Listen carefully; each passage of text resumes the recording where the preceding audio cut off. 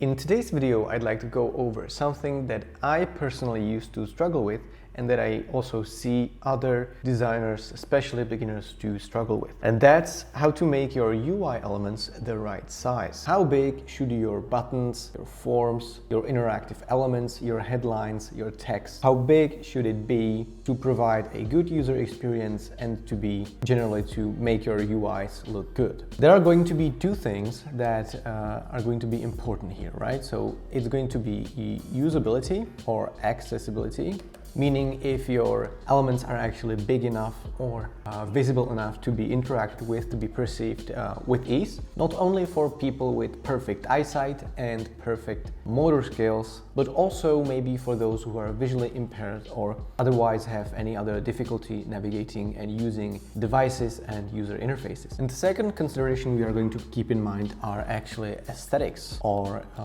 appearance, just visual appeal in general, right? If it looks good. So we have two things here. We have, is it easy to use? Is it usable? And then, does it look good? So those are the two things why we are actually asking this question, right?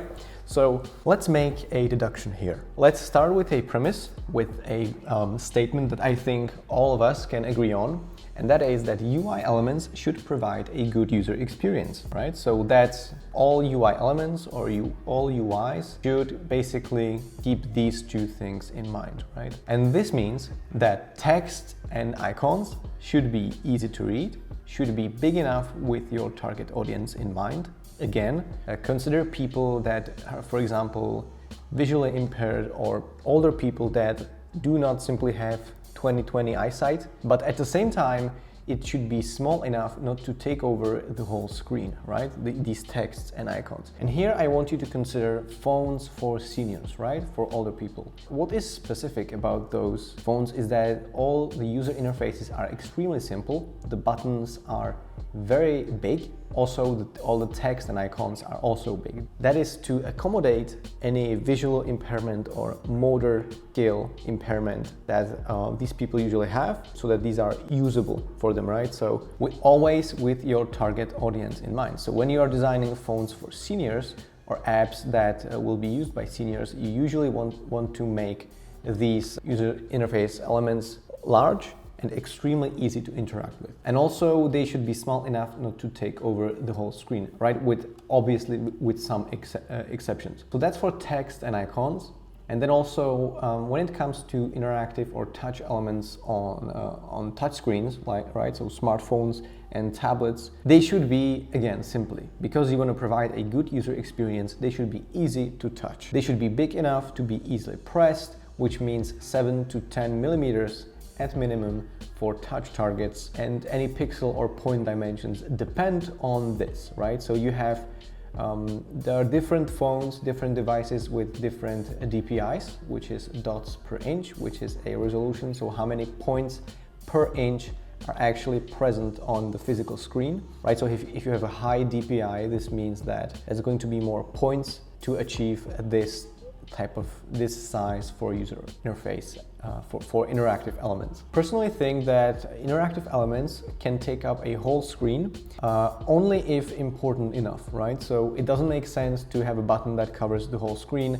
It especially doesn't make sense if there are other buttons to be present on the screen, right? If, for example, you should make a choice, but take, for example, swiping, right? For example, let's consider TikTok or Instagram Reels. What is specific about these interfaces is that when you actually browse through these apps, you can swipe your finger up or down to navigate between next and previous Reels or TikToks, and the area for swiping usually covers the whole screen, right? So if you have, let's say you have like a screen, let's pretend that this is TikTok. You have some kind of elements for engagement, right? Here you have like, comment, and so on. Here you have also, I think, some kind of description, and there are also a couple elements. I think here's the back button, I'm not sure, but it's definitely there with Instagram Reels. But in this case, this gray area is the area where you can swipe, right? So that's the only purpose, well, the main purpose of this interface is for users to be able to swipe through back and forth. And then it makes sense to, of course, make this element large enough to be actually taking up the whole screen, or almost the whole screen, right? So 90% or more of the screen. And also it's good to consider that a mouse or a touchpad on a laptop provides or allows you to basically affords higher precision than when you touch a screen, right? So you're limited by your fingers. So that's basically why you have these guidelines, right? This is to accommodate our physical limitations as human beings, where people have fingers. Obviously you cannot press a single pixel with your finger because it's simply not sharp enough, right? But with a mouse though, watch as I can, for example, point on individual dots here or individual bullet points. I think this would be extremely challenging to do on a touchscreen. So that is also why, and I'm going to discuss this further in the video, that is why you could potentially make kind of interactive targets on your desktops or on devices where you use mouse or a touchpad.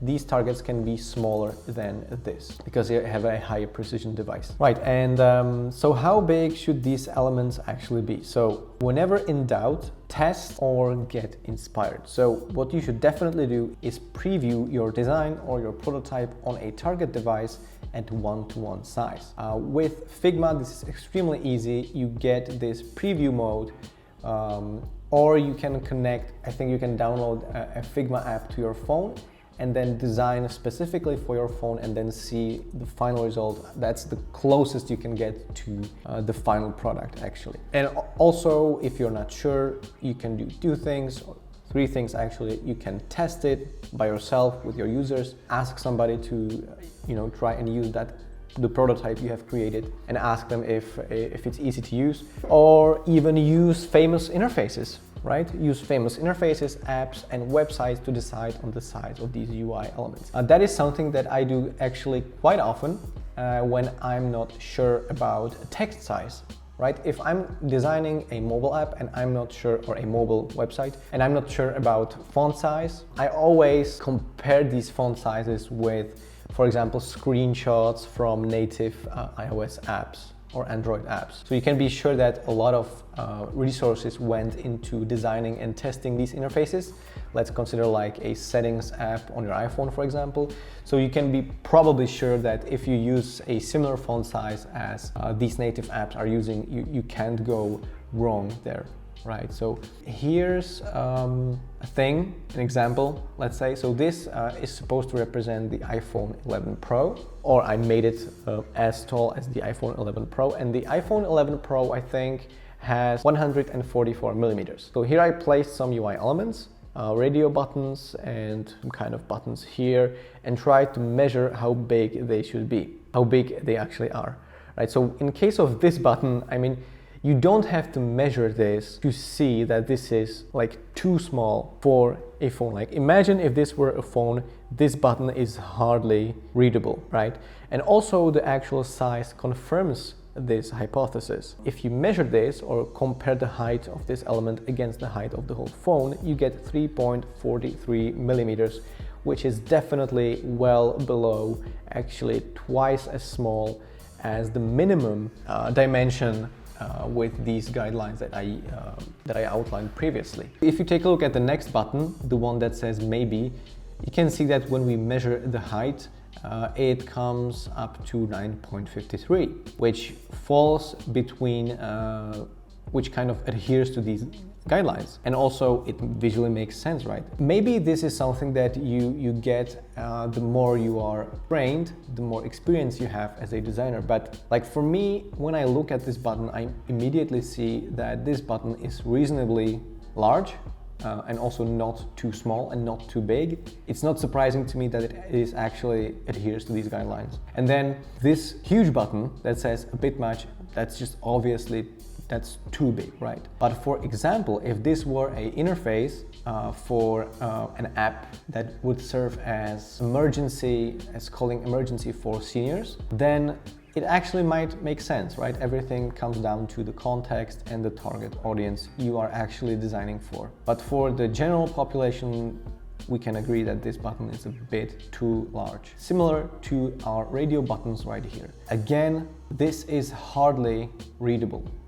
I have to zoom in to actually see what's written here. So it says definitely not, too small. And the size of the area for the touch interaction is actually confirms that as well. So it's 2.34 millimeters. That's even smaller than this tiny button. So you probably don't want to go for that. Let's say that the ideal dimension according to these guidelines would be approximately 3 times as big. So let's make this 3 times as big. And I mean, this looks quite large. So what could be done here is, if we consider like that this is the touch area and we make it 3 times as tall, then that doesn't mean that this option needs to be as tall as this rectangle. It also means that if we actually make it a bit smaller, it means that this area, let me highlight this, this is the area for your touch interaction with this radio button, right? This is approximately 7 millimeters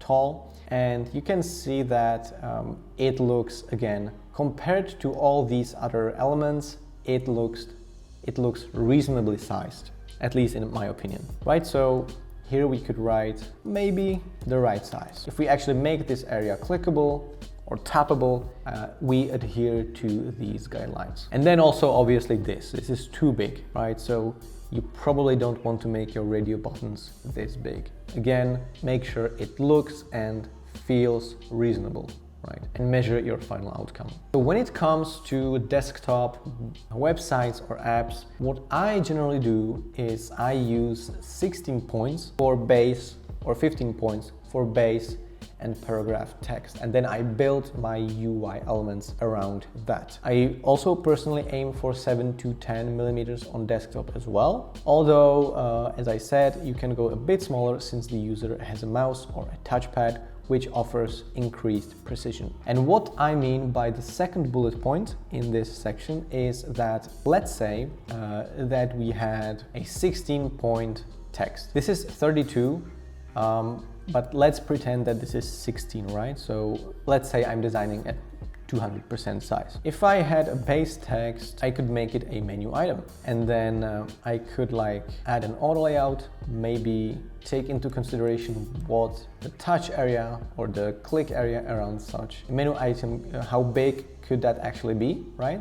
So I used the 16-point menu item, then I placed some clickable area around that, and then what I'm gonna do, I'm gonna duplicate that, and I get a different menu item. I have 3 menu items, then I place this into an auto layout. I have a logo over here, and then I again use auto layout in between spacing, and what I got here right now is a header, right? So that is how I built a basic structure for a header for my website. I think you could potentially go a bit smaller with this. I mean, menu items don't have to be as large as 16 points. That's usually for paragraph text. You can go for like 13 or 12, but generally you want to base everything around text size. So from text size, you deduce reasonable spacing, reasonable padding, and then you just build upon that and create a whole element, a whole layout around that, right? So you can obviously go a bit smaller with this. So if this weren't like, let's say 16, it could be like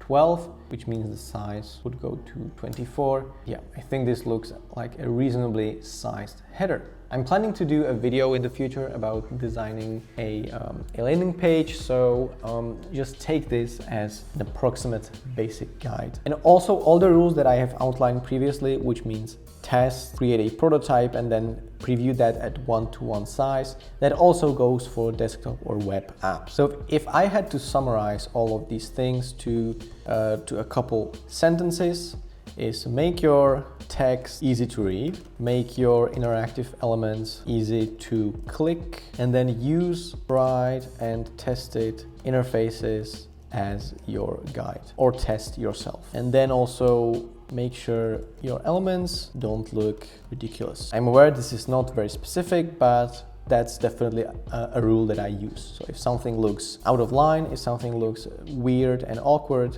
then I make sure to change that. And if everything else fails, simply use your judgment.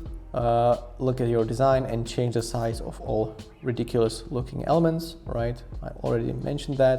Build prototypes and test with yourself and or your potential users. And also prototypes are great because they allow you to see the final product, quote unquote final product, right? Because it's just a preview. So why not use it?